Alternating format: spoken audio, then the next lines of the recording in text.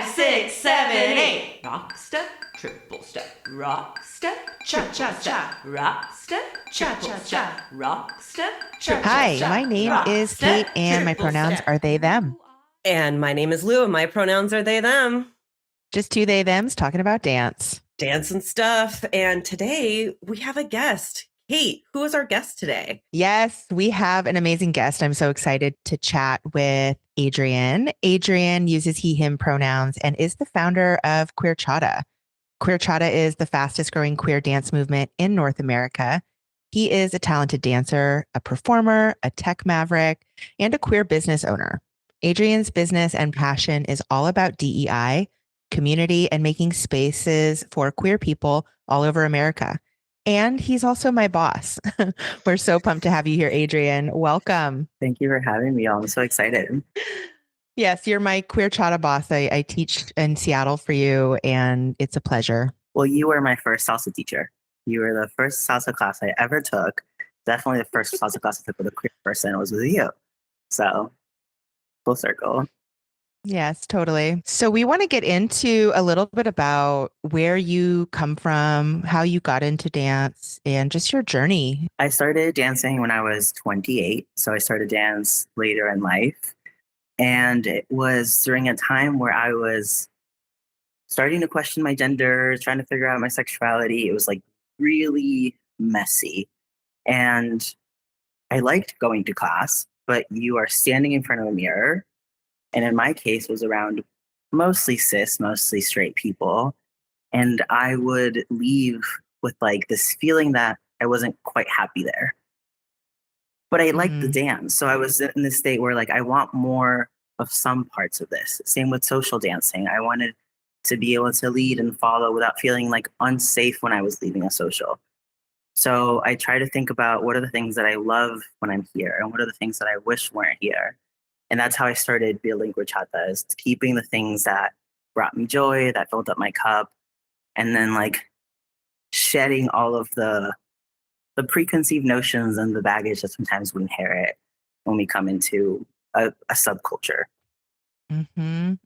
So was that the first time you'd ever done any partner dance was when you were 28? Yeah. Wow. Any kind of dance. Awesome.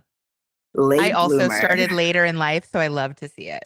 I did. I started at like 34. So I'm like 28. That's so young. It's never too late to start dancing, and 28 is kind of early. So I love it. But the knees start to feel a little different. Yeah, that's different. That's very true. 28-year-old knees are real different than 19-year-old knees. For sure.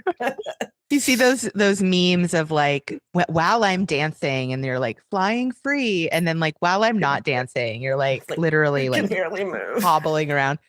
I feel that so hard. Well, that's really, I mean, getting into it at that age and feeling that almost immediately, I think is, for so many, that's a deterrent, and you kept going. What helped you to keep going? I never really got into social dancing when I started. That was like a black box that seemed really scary to me. I went straight into a team in Seattle, and my coach Lucy at the time let me on. I had no business being on this team. Like I was just not at that level. But she's like, if you come in and you work hard, then you'll be fine. And learning choreo is like the most meditative thing in the world for me. I was present the entire 2-3 hours, but I didn't think about anything else. And I love that. It was, it's the only place where I feel like I can really do that. So that's what kept me going. I was like, I love how my body is starting to feel. I like the shapes that I get to play with when I'm doing choreo. And I get to just shut off my brain. Very, very rare thing to do for several hours. And it just kind of like snowballed from there. I started following this team in LA on Instagram, Empowered Movement. And I was obsessed with their choreographies. They were super strong, clean, just beautiful dancers. And I moved on to LA to train with them. So awesome. It was just like I kept running into these amazing dance educators and people who kept challenging me and allowing me to create really cool art in the process. So I got hooked. Nice. Yeah, I think that the seeking out the community helps, right? The people that are your people is really what it's all about. The intersection there too of like finding your, exploring your gender while exploring dance. I think that's a really potent place to be. Is there anything you want to share about like how those two interacted? There was a couple of seasons where I was on 2 teams and they were back to back practice wise. So the first 2 hours I was following, and then the second 2 hours I was leading, and it was a more advanced team. And I would bring different outfits to both of those practices because I didn't want to like half-ass it. I was like, if I want my movement to be a certain way, I'm going to dress in a way that allows me to experience that more fully. And those are ways where I was leaning in, where I was like, I'm not like, oh, mask. Like, that's not who I am. Like, I'm a soft little mushy person. But if I wanted to have like a more fierce feminine experience in my first practice when I was following, I would allow my clothes to match that. And I realized that was very confusing to the people I was dancing with because they're like, I don't know which one I'm going to get. And I was like, so? Yeah, I love that. Neither do I. Yeah, that's great. Neither do I. So, yeah, allowing me to just try different things and just like committing to trying. Yeah, there was this clip. It might have been the first time that I really had exposure to like you or your dance, or maybe it just went viral, but it like really sticks out in my mind as the first interaction that I had with you. It was some bachata performance, and halfway through you like rip off your costume and you go from like a femme outfit to a mask outfit, and then like you switch your dance role, and it was just so fierce. I really hear that that wasn't just a moment in that performance, but like that's how you dance. And what I will say about that is, that was Art Reno, and I was dancing with Empower Movement, and they do this like really cool production. It's like all 3 stages. It's like kind of something that they are known for.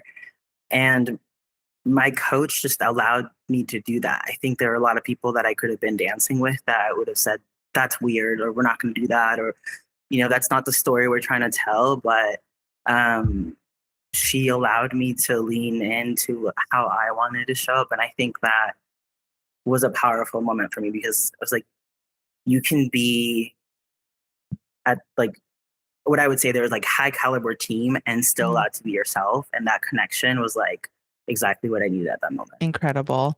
I wonder too, like, because that was before you started Queerchata, right? Or like right around the time? It was right around the time, yeah.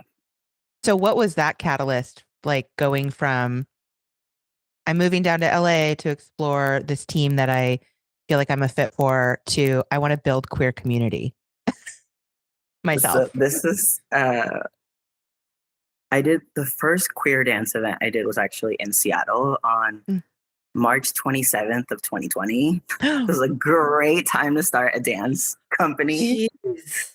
So I did it at Dance Underground. It was beautiful. And I was like, oh my God, I want this all the time. And then clearly like lockdown, and Seattle was very serious about lockdown. So we did a couple of like outdoor masked events that were really, really sweet and really beautiful. And then once I got to LA and, we kind of were at a different place, I was like, I need to lean in to this. I would never go social dancing. And my coaches said, in order to be better, you have to go social dancing. But going social dancing felt awful. Yeah. So I was like, I don't know how to balance these things. Like, okay, this is the thing I have to do. And that was kind of like what really started planting that seed. And I applied for a grant with the city of West Hollywood. And, they gave us like $500 to throw a party. So in LA, that's not much.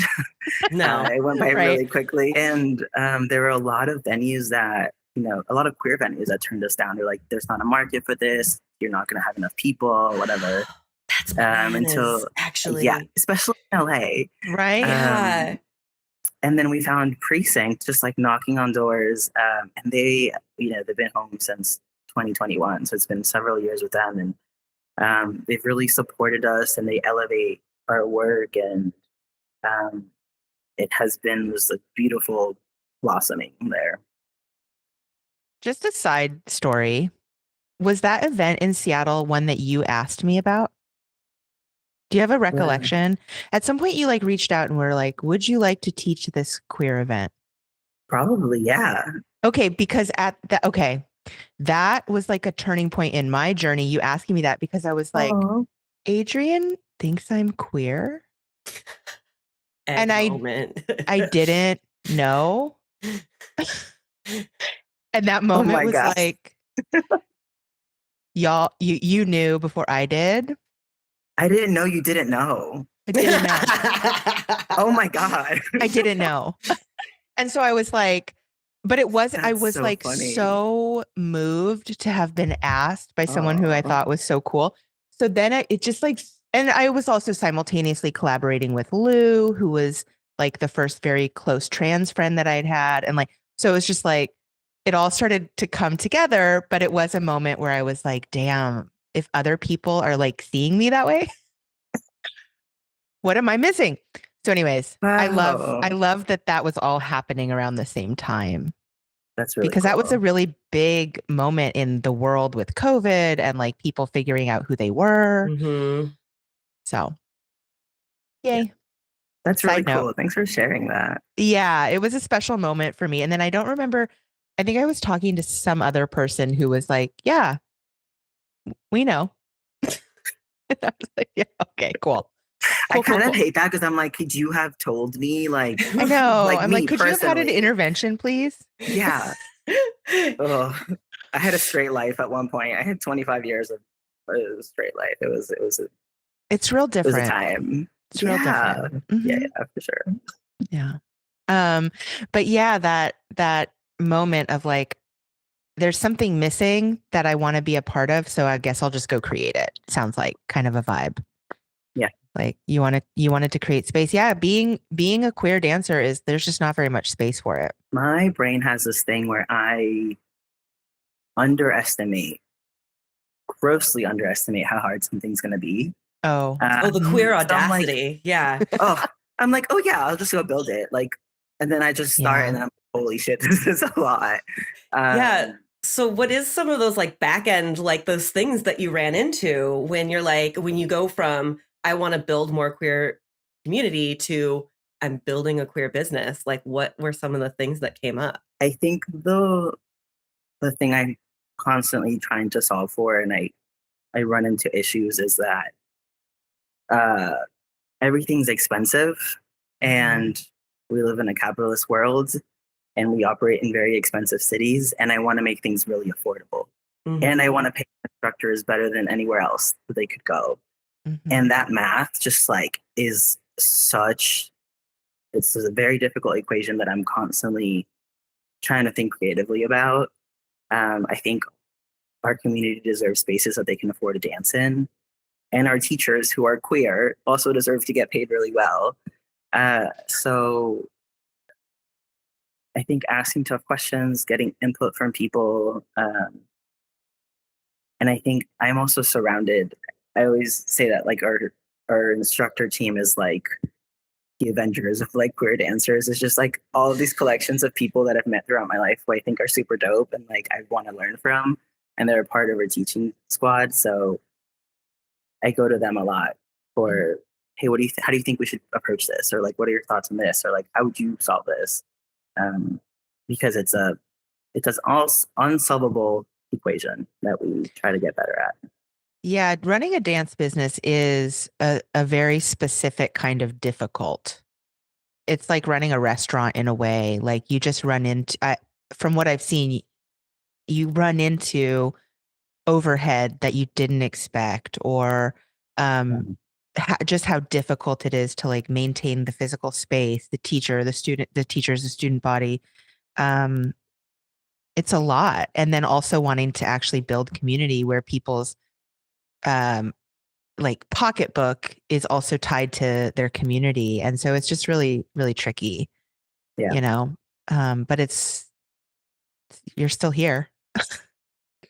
So another really interesting about Queerchata is that it's in a lot of cities. Like you built a brand that works really well, and then you use it to be in multiple places. Where did it start in Los Angeles when you were? No, it started in Seattle, and then you moved to Los Angeles, and then you're like, well, let me just start more dances here and keep organizing in Seattle. And then you know what?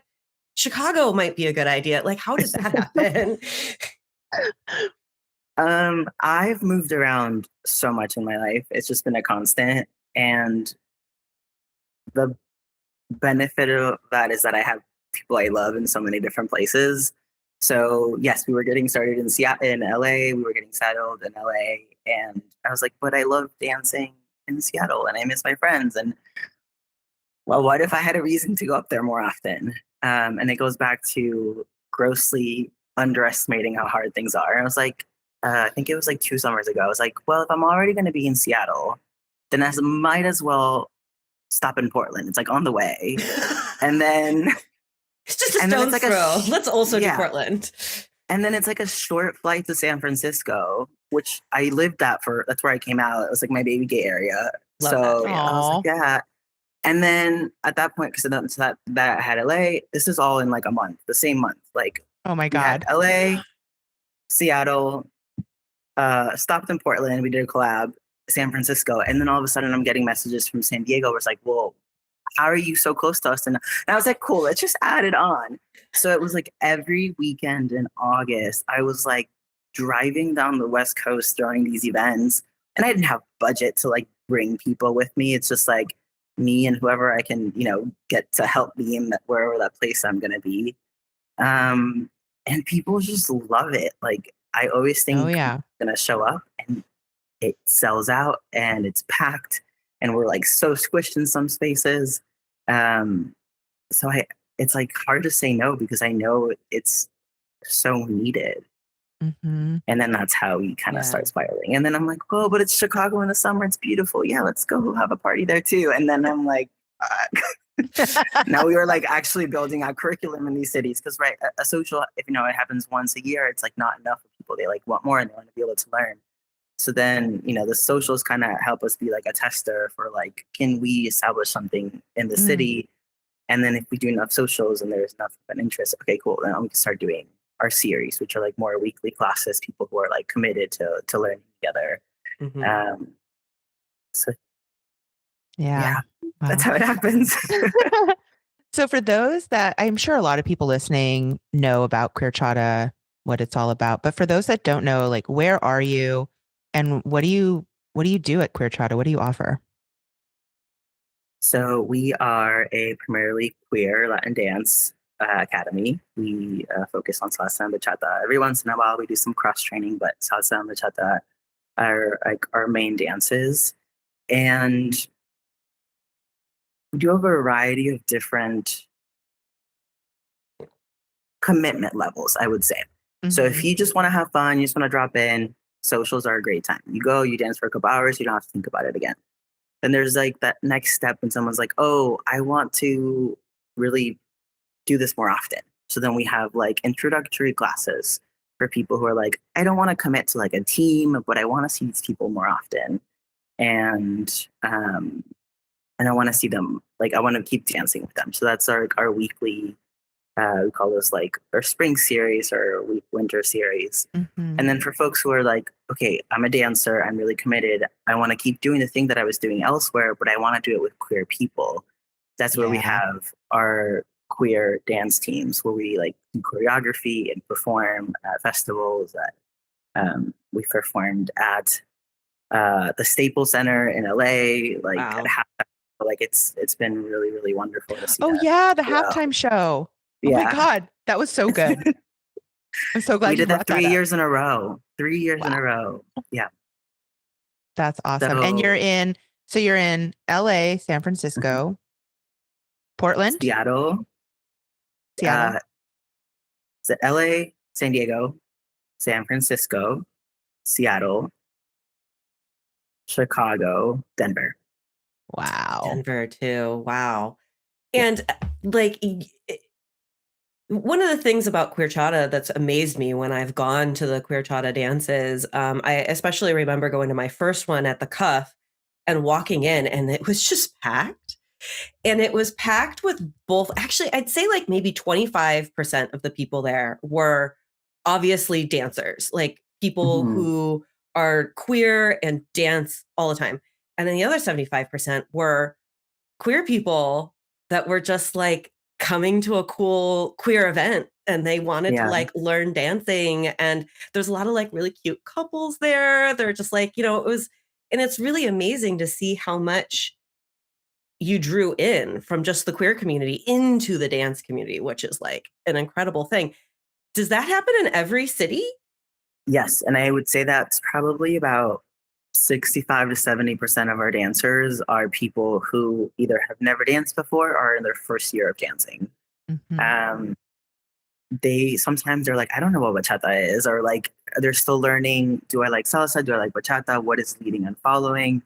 So it's really, really important that we are a good like welcoming for people. Like if we are their first experience into the dance world, if we are their first experience into the dance world, I want it to be really great, and I want it to be welcoming, and I want them to have the freedom to pick like where they want to take that.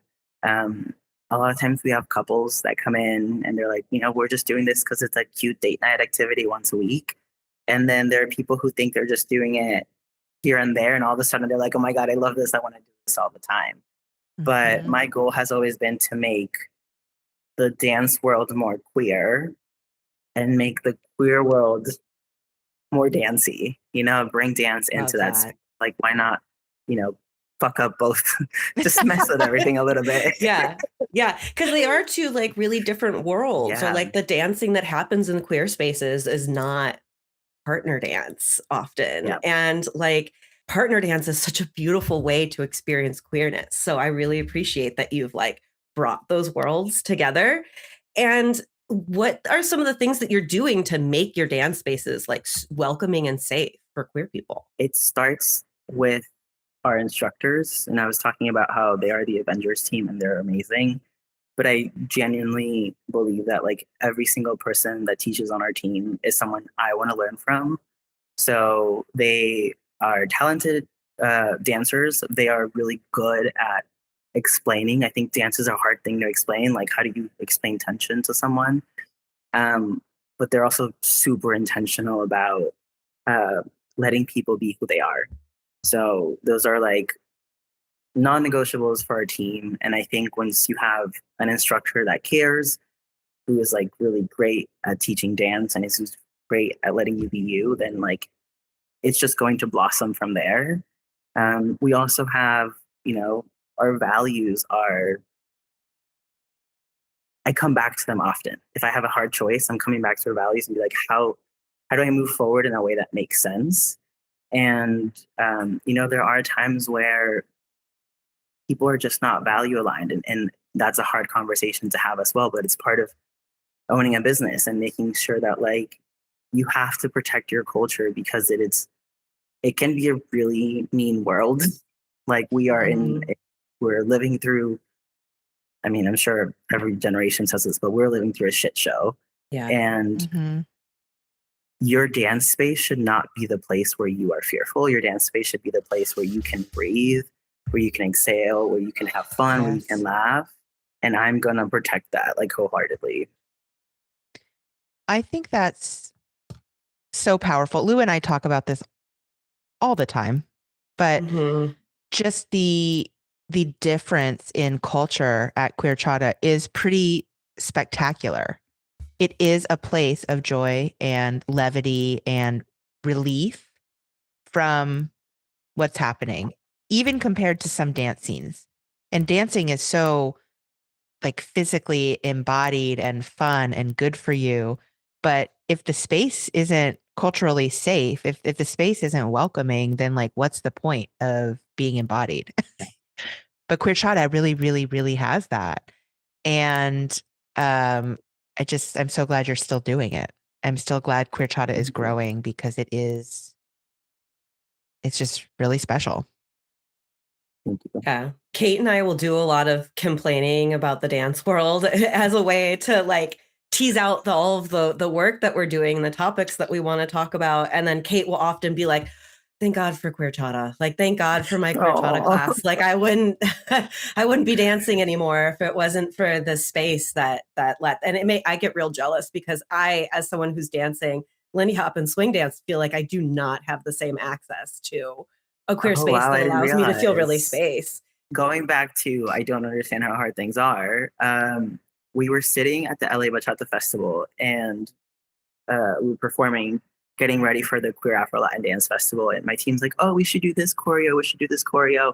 And we're just all sitting talking. And I was like, you guys, we should do all 5 of them. And they're like, they thought I was joking. I was like, yeah, no, let's just take all 5 choreos. Just do like, them all. We're like, well, we haven't learned it yet. I was like, it's okay. We'll figure it out.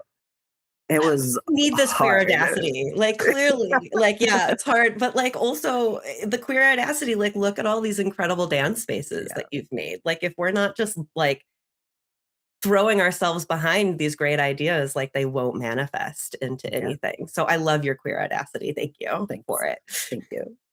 We appreciate it. That's for sure. Speaking about your queer audacity, you're also doing a weekender.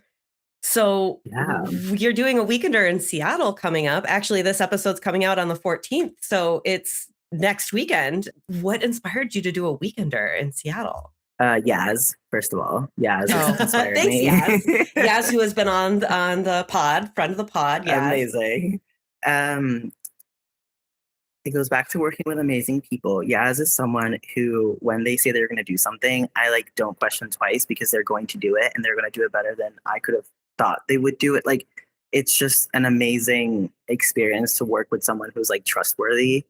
And, you know, we've wanted to do a weekender before. People are like, are you going to do a festival? Like, no. I didn't have the bandwidth and I definitely didn't have the headspace for it. And Yaz says, I got it. I was like, I love great. that. Amazing. Yeah. So to have a partner who's like really takes on, and what I mean by I don't have to think about it is like she's going to think about every part of the experience. When a student checks in, what does it feel like? When they're waiting before class starts, when they're, you know, having a break in between classes, can we have spaces in the socials that are for people who are introverted? Like, we're really thinking about all of it. And then we're also trying to be very creative around what is offered. Sometimes when you go to a festival, you get a bachata class, and then you get like a sexy bachata class, and then you get a footwork sexy bachata class. And you're like, what do you mean? Oh my God. So like actually being intentional about what's being taught, explaining what the workshop is, what they can expect, and bringing in cross training. Like, line dancing and footwork is so similar, and I don't know why people don't see that. Is there going to be line dancing class? weekend? Yeah, there's going to be a line dancing class. Oh my God, that's so fun. So it's like awesome. You take a line dancing class and your salsa footwork is going to get better, whether you realize it or not. Yes. But it's the same muscles and the same part of your brain that needs to activate. So it's going to be amazing. The instructors are so talented and so wonderful. All the workshops are really fun. So I'm excited. This will be our first weekender. I'm sure it will not be the last. I'm excited. Yeah. So it's April 24, 25, 26. Is that right? Yes. Mm-hmm. Awesome. Seattle. It's in Seattle. Yeah. It's in the like North Capitol Hill area. I'm teaching. Yeah. I'm going to teach a workshop for just like unwinding, aftercare, embodiment, and some like just gentle movement. And there's all kinds of other stuff. There's a real range. I did not know there's line dancing. That is so exciting. Yeah. There's cumbia. Nice. There's salsa, like fusion.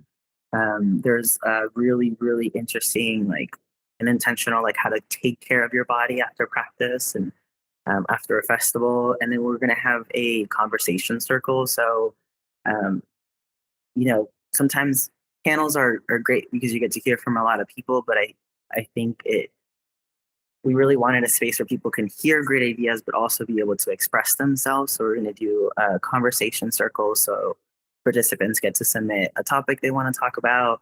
We'll have a couple of people who are, you know, really knowledgeable in that space. But but anyone can come in and share or ask questions. So we can, kind of get into like the messiness of it together. That's cool. I love that because even though the panel does, what I'm hearing is that the panel can bring up a lot of great ideas, but it's kind of hierarchical in some ways. And so the circle really brings a lot of voices to the forefront, which is really nice. Yeah, it's a really cool way to approach that, to be able to get like everybody's feedback. Love that. Yeah. Yeah. Nice. That's exciting. All right. Well, we'll definitely be putting a link to how you can purchase weekender tickets. There's, of course, also social dancing. So, yeah, like I'm going to come. Definitely. I want to come to the whole thing. Performances. Yes. I'm definitely planning on at least coming to one social dance, if not the whole weekender. That's so awesome. Come, and Kate will be there teaching. So come dance with Degender Dance at the weekender. We'll see you there. Adrian, with all this talk about the weekender, I know that I don't think you're coming.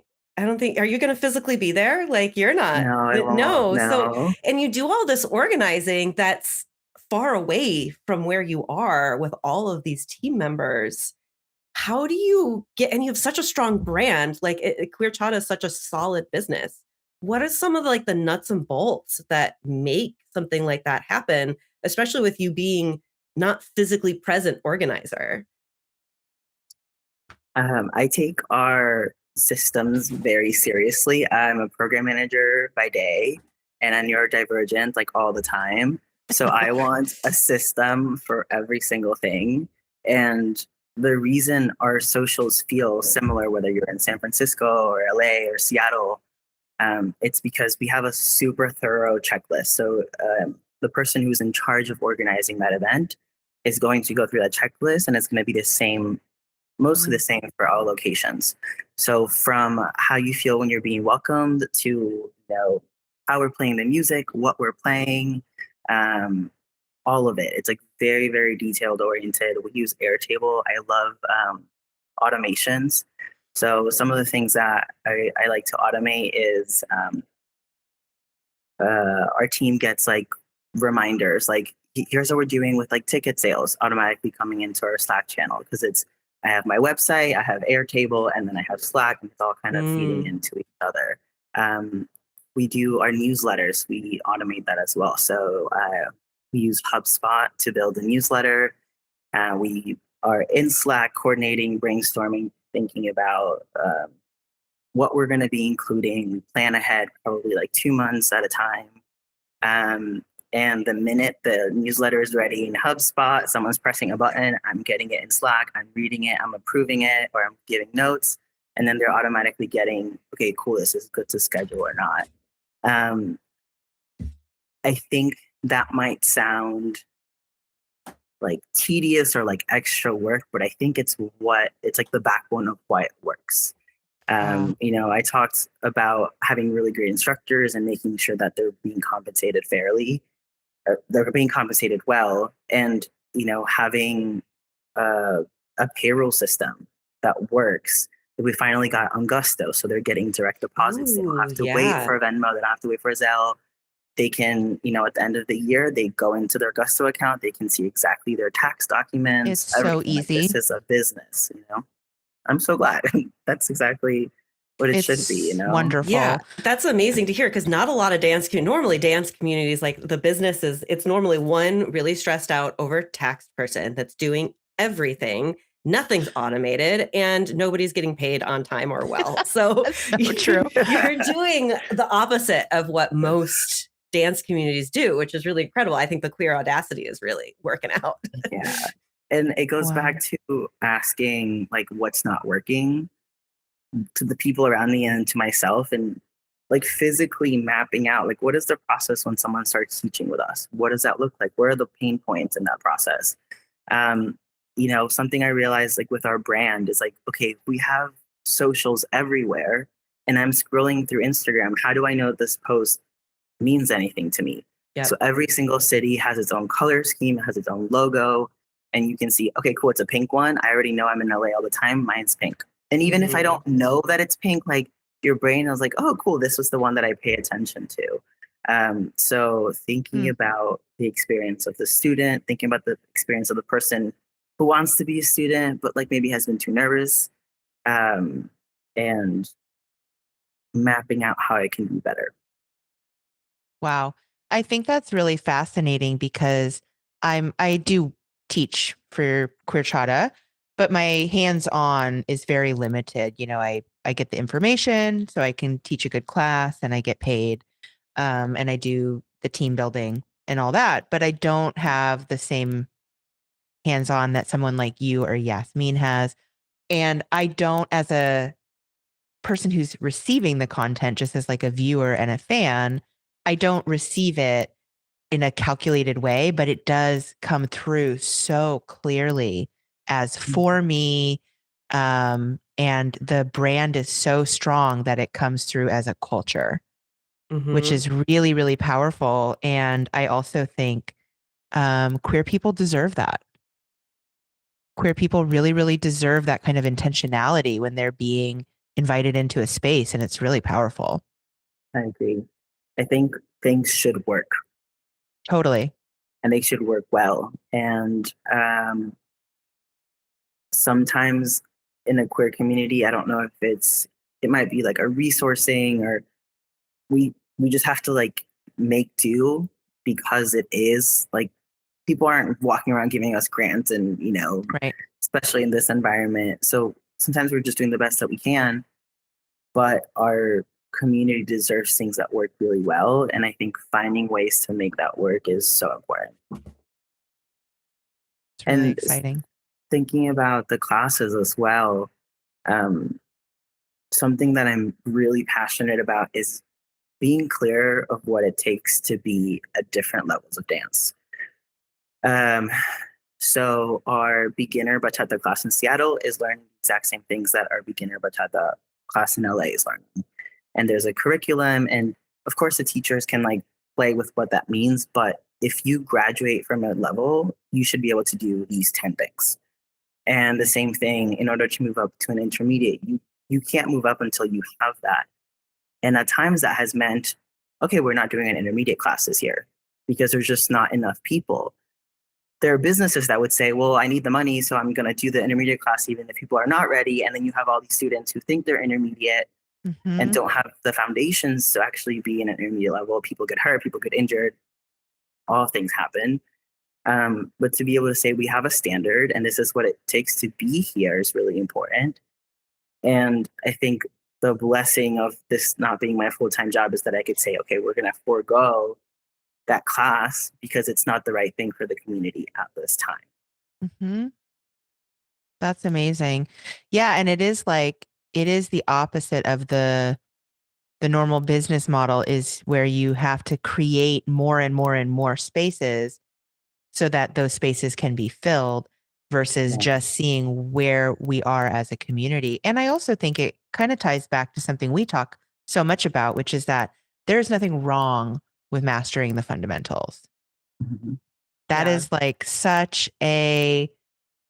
that can be a lost art in this moment in time.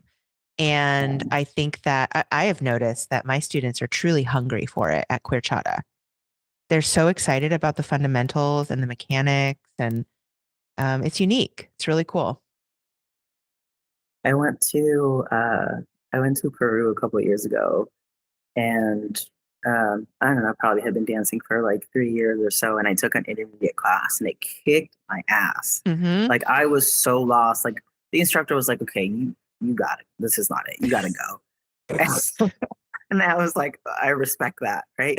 But I had taken classes at that time and learned with people who allowed me to believe that I was an intermediate dancer when I wasn't. I had no business being in that class. And I needed someone who was open enough about their standards to show me and to humble me to say, like, there's so much I need to learn in order to be learning that type of content. Like, I'm not ready for that to come into my space because I haven't mastered these steps before.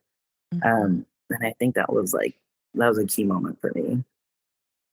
Yeah. Humbling. And you're really bringing that to your Queerchata culture. Well, I think that that's really having like a little bit of standardization that allows levels is really something that makes it a lot more equal because it takes favoritism out of it. It takes that desperate of like, oh, I just need intermediate dancers. So now you're all intermediate dancers and stuff like that. So I think that that's like a really good way to do it. And it's like really helping you make a standard across all of these different cities. I love when there's like a curriculum that tons of people can stand on. It's really going to help make a cohesive school. Agreed. I also think like for the longevity too, I imagine not trying to like jam and force the community to be somewhere else right now is going to leave room for these people to truly grow with your business as time goes forward. You know, it getting people from beginner to intermediate is hard everywhere. It's so hard. It's so hard. It's just like there's this black hole where like you thought you understood fundamentals, but you don't, and you desperately need them to progress. And then people are just lost in the sauce. It's so common. Yeah. I've been training in salsa for like the last year and a half or so, and there's an ego thing. I'm like, okay, I've been dancing bachata for a while now. Like I'm good at dancing. And then I come in this class and I'm like, I am shit. Like, in the most loving and constructive way. Like there's so much for me to learn because there's so many different ways to move my body. And there's so many different accents on the music that I can find. And I think being able to be a beginner for a prolonged period of time is just so good for you as a person. Because you're like your brain is constantly absorbing things, and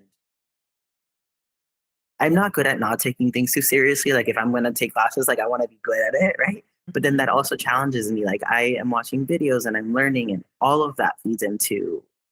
I think it makes me a better person, meaning in the way that I want to show up better in like a way that feels more authentic to me. For sure, that beginner's mindset is just like so counter to what we're taught to be. Yeah. That I do think that taking that and like observing the ego, and I have had to do that many times as a dance teacher because I'm like, I'm a dance teacher. My ego tells me I should be something specific, and I'm just not that person. And I'm just now coming into a space of wanting to like work on my dancing a little bit more again. And it's really great to be like, okay, here we go again. Yeah. Here we go.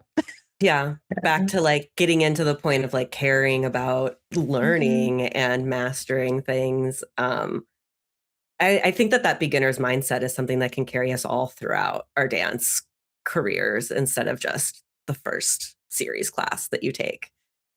I think a question we get a lot from people is like, one, should I learn to lead and follow? And then the follow-up is like, should I learn one really, really well and then do the other? And controversial opinion, maybe, I don't think you need to learn both roles. There are some people who feel awful leading. They shouldn't lead if they don't want to.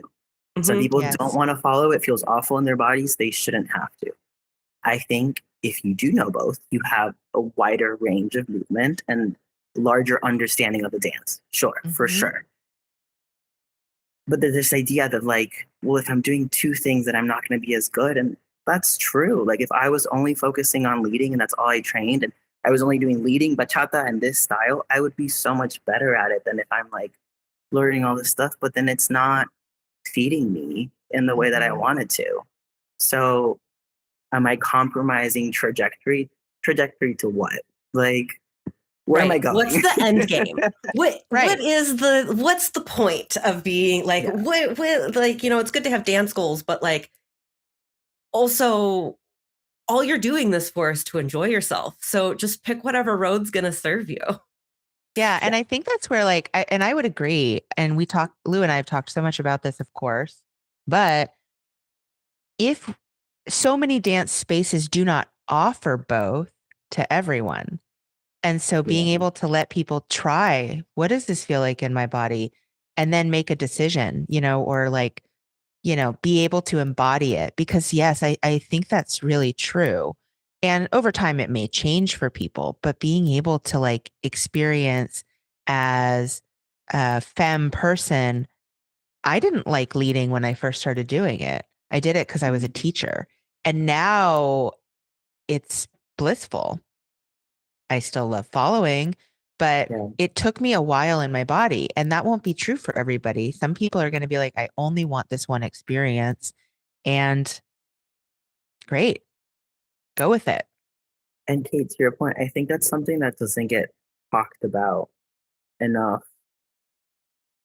Having a stranger's hands on your body in a random space at a random time for you don't know how long is it's so weird. It's so weird. Fucked and I up think, sometimes. Yeah. And as queer people, as trans people, like, I think who is allowed into your space is like, that's such a gift that you can give someone to allow them in that space. But we talk about dancing. Oh, you just go to the social. Oh yeah, you just, 2 minutes and you go to the next person. And there's a real like emotional pull. And, like, from like a neurodivergent lens for sure, like it takes me a while to warm up to people. It takes me a while to have like someone touching me. And now I have this person who's like super close. And then all of a sudden it's over and I'm supposed to go to the next one. And there's like no time for my brain to shift. It's a different song. It's a different tempo. It's a different smell. It's a different like tension. And that can be so overwhelming for people, especially when you start going to socials, you're like so exhausted and you don't know why. Like we really have to help people understand that that is a thing and that they deserve space to take care of themselves. Yeah, I mean, just like full circle moment, but that's why queering the space, the dance space is so important because it automatically brings, a different outlook, a different view so that we actually have to take care of each other. We actually have to teach awareness, aftercare, checking in. Queerness brings that. It can anyways, not always, but I think it does a pretty good job of it naturally.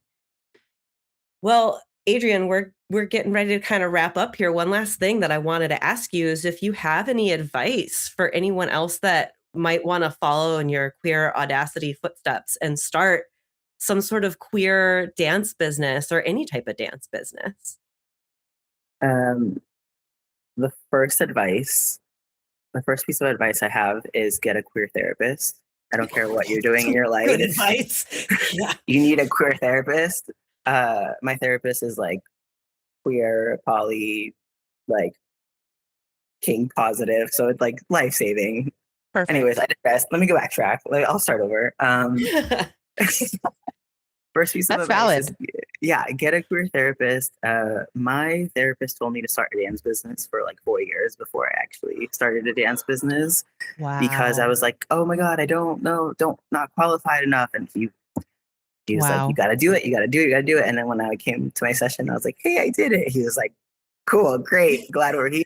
Like, so it's just been the most healing thing. I want everyone to have a queer therapist at some point in their lives. I think it's the champion that I think we all deserve if they're wonderful.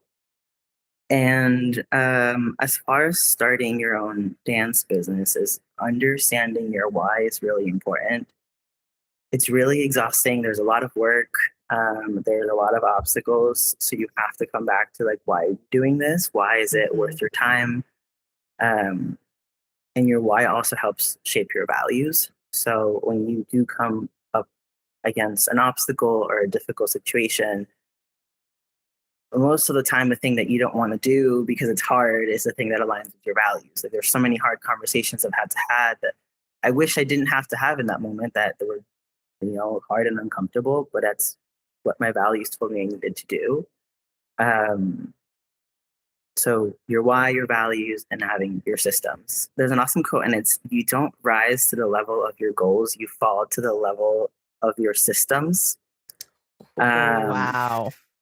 Your goals, and like, you can't like white knuckle your way to like being motivated or doing a thing, like there are days where you're just not going to be motivated.